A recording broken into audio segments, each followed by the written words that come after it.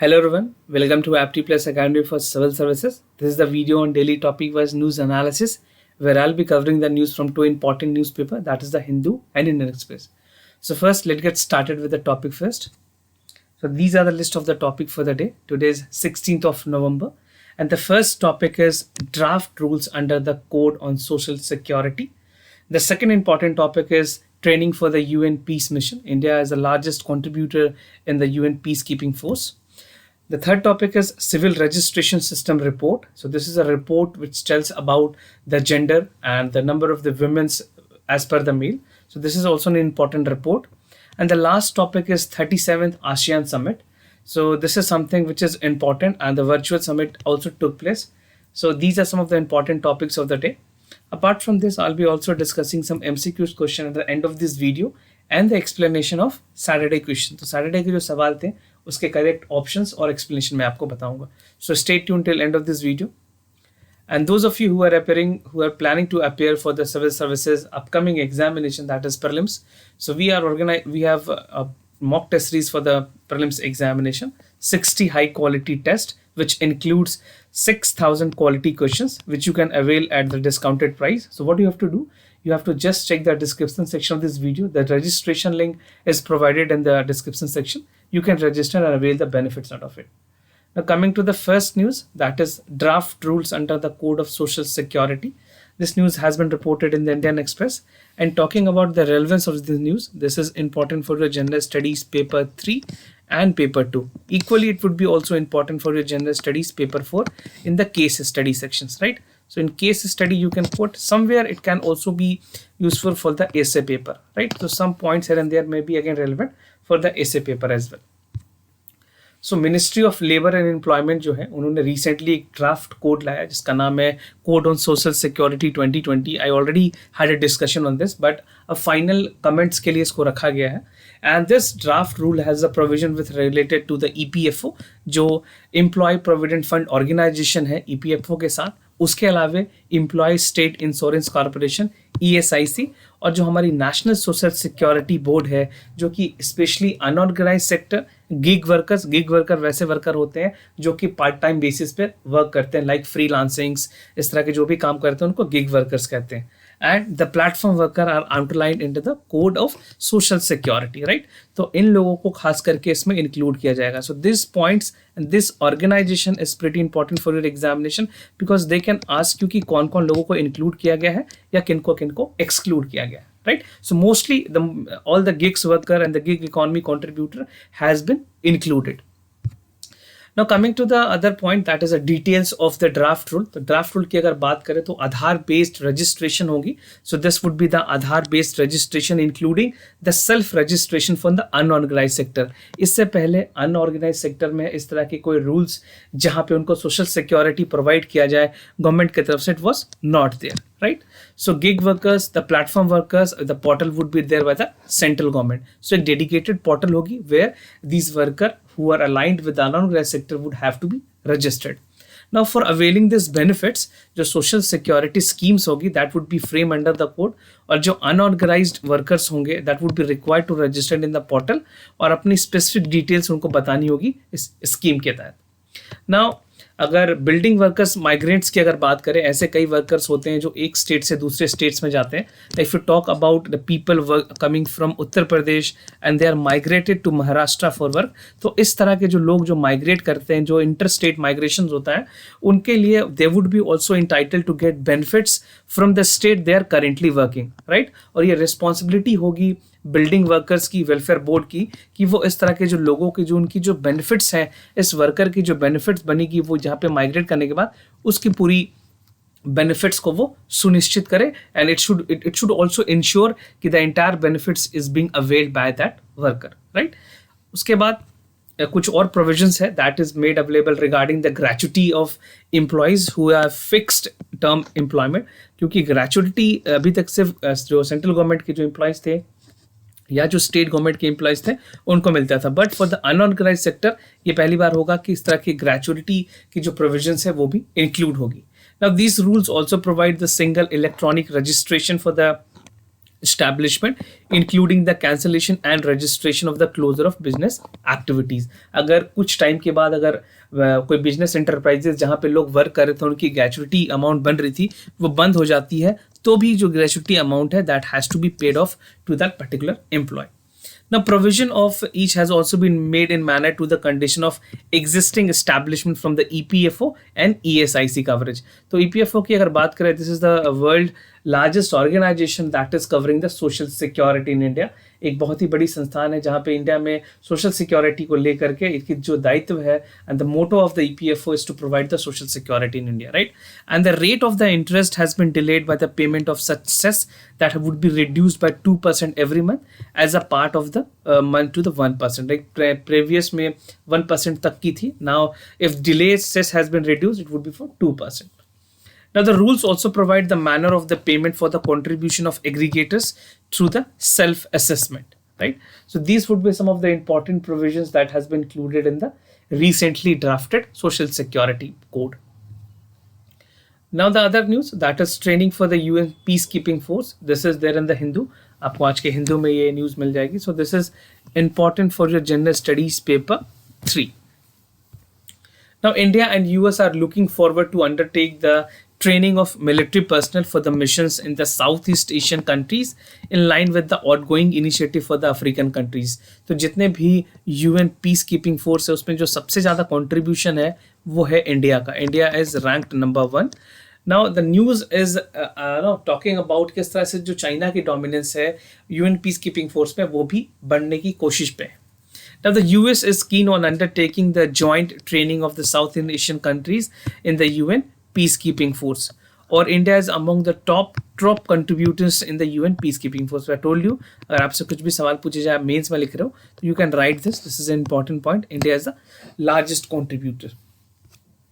Now, India and US contribution की अगर बात करें तो India has consistently been among the top troop contributors in the UNs or 5th largest with contributors in terms of the 5,424 in 8 countries. अभी जो हमारी जितनी भी forces है इंडिया की वो 8 कंट्री में ऑलरेडी डिप्लॉयड है. सो 5,424. और यूएस की अगर बात करें तो उन्होंने कोई इस तरह से फॉर्मली पर्सनली कोई इस तरह के लोगों को डिप्लॉय नहीं किया हुआ, but they are largest contributor in terms of the financial. जो बजट आती है उसकी 27% जो कॉन्ट्रीब्यूशन है यूएन पीस कीपिंग बजट की वो यूएस देता है, राइट. तो बात करूँ कि यहाँ पे this is for the budget, this is the financial support, and India is giving the physical forces, the paramilitary forces. And in 2016, the India and US began a joint initiative for the UN peacekeeping courses for the African partners to build and enhance the capacity of the African troops, right? So they help to participate the UN and regional peacekeeping operations. Now, China की जो scaling है उसके बारे में थोड़ी बात की गई है. How China is trying its all possible efforts to scale India in terms of providing the troops. तो China has significantly improve it contribution in the United Nation peace keeping mission, जहाँ पे हमारी ऑलमोस्ट 6,000 55,000 के आसपास 5,500 personal अभी diploid हैं. कहाँ पे 8 कंट्रीज में. तो चाइना के अभी जो प्रेजेंट में उन्होंने डिप्लॉयड किया दैट इज 2,500 ट्रूप्स, राइट. और ये कमिटेड है कि आने वाले टाइम में ये 8,000 तक अपने ट्रूप्स को डिप्लॉय करेगा यूएन पीस कीपिंग फोर्स में. तो they are trying to surpass India, right. बट अभी के लिए India is number 1. Now China is significantly expanding it troops in contribution to the UN, और एडिशनली वो फंड भी सपोर्ट कर रहा है. जहाँ पे यूएस ने, मैंने आपको बताया 27% use to support, but now China is also willing forward कि वो कुछ और इंपॉर्टेंट कॉन्ट्रीब्यूट कर सके. Now China contributes only 12% to the UN regular general budget. It would gradually expand it to the 15% in the budget. और India की अगर contribution की बात करें so we contribute only 0.83% to 0.6% in the peace keeping force. But at the same time अगर हमारा budget कम है तो जो सबसे ज़्यादा पर्सनल है 5,500 के आसपास, that is coming from India. तो we give a large number of security personal to UN peace keeping force. Now coming to the India's contribution, India is so far the participant of 51 out of 71 mission. जितने भी missions हुए हैं over 2 lakh personal को deployed किया गया है. Basically in the short term wishes, and 51 में India ने पार्टिसिपेट किया. And it has also troop deployed in Lebanon, Golan Heights, Congo and South Sudan. Additional staff officers को भी इनमें रखा गया था. एंड India has also set up 2 field hospital in the South Sudan, 1 in Congo. और 2018 की अगर बात करूं तो India has coopted the contingent from the Kazakhstan and mission in the Lebanon. And Bhutan too has expressed the interest in joining the UN mission with Indian contingent. So Bhutan is also trying to contribute. जो regional हमारे neighboring countries है उसमें Bhutan is also willing to contribute in the UN peacekeeping forces. Now the other news, that is civil registration system report. So this is also in the Hindu. यहाँ पे बताई गई है किस तरह से जो सेक्स रेशियो है इन द कंट्री, तो कौन से कंट्री की परफॉर्मेंस अच्छी है और कौन से किस कंट्री की परफॉर्मेंस वर्स्ट है, right. So this is important for your general studies paper 3 and this is equally important for your prelims examination. Now, according to the 2018 Vital Statistics for India-based civil registration system, which is being published by the Registrar General of India, so according to them, Arunachal Pradesh has the recorded as the best sex ratio in the country, and Manipur being the worst, right? तो जो sex ratio होती है at birth, that is the number of female born per 1000 male. तो जितनी भी females basically का जन्म होता है at the birth, this is for the 1000 male, right? So this is how this is being calculated. Now coming to the state performances, now Arunachal Pradesh has the recorded the highest, that is 1084 females born per 1000 male, and Nagaland followed by 965, Mizoram having 964, Kerala 963, and Karnataka 957. So these are some of the important states with a good performance. Now the worst performance has been reported in the Manipur with 757, Lakshadweep 339, Daman and Diu 877, Punjab 896, and Gujarat 879, right? And talking about the Delhi has the sex ratio of around 629, Haryana 914, and Jammu and Kashmir 952, right? So these are the performances of this state. You have to know the chronology, कौन से states की कहाँ पे कितनी ज़्यादा है, और जो बड़े states हैं उनके बारे में जानना ज़रूरी है.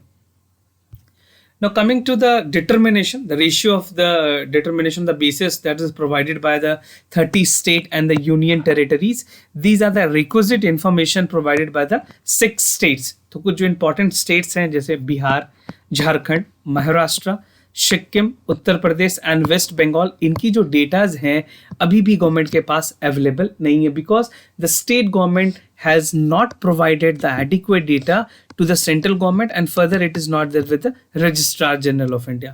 So the number है registration की birth increased, that is 2.33 crore from 2018 to basically उस टाइम पे पहले जो हुआ करती थी 2.21 थी, अब ये बढ़ के 2.33 हो गई है registration की, जो birth की registration होती है. Now the prescribed limit for the registration of birth or death is 21 days. So anything, if there is a birth or death, that has to be reported within 21 days, right? And the birth or the death certificate are issued free of charge by the registrar. There's no charges which is being incurred to the citizen on behalf of the government of India. और किसी भी तरह के अगर आप birth certificate बनवाते हैं, death certificate बनाते हैं, so you don't have to pay any charges for that. Now this is the gap persisting. This is an infographic which shows how among the major state Kerala has 963 in the best sex ratio of the female born per 1000, while Punjab has the worst, right? So this is sex ratio at birth. You can see the images: Telangana, Tamil Nadu, Karnataka, and Delhi. And these are the states from which the data are not available. So this is NA.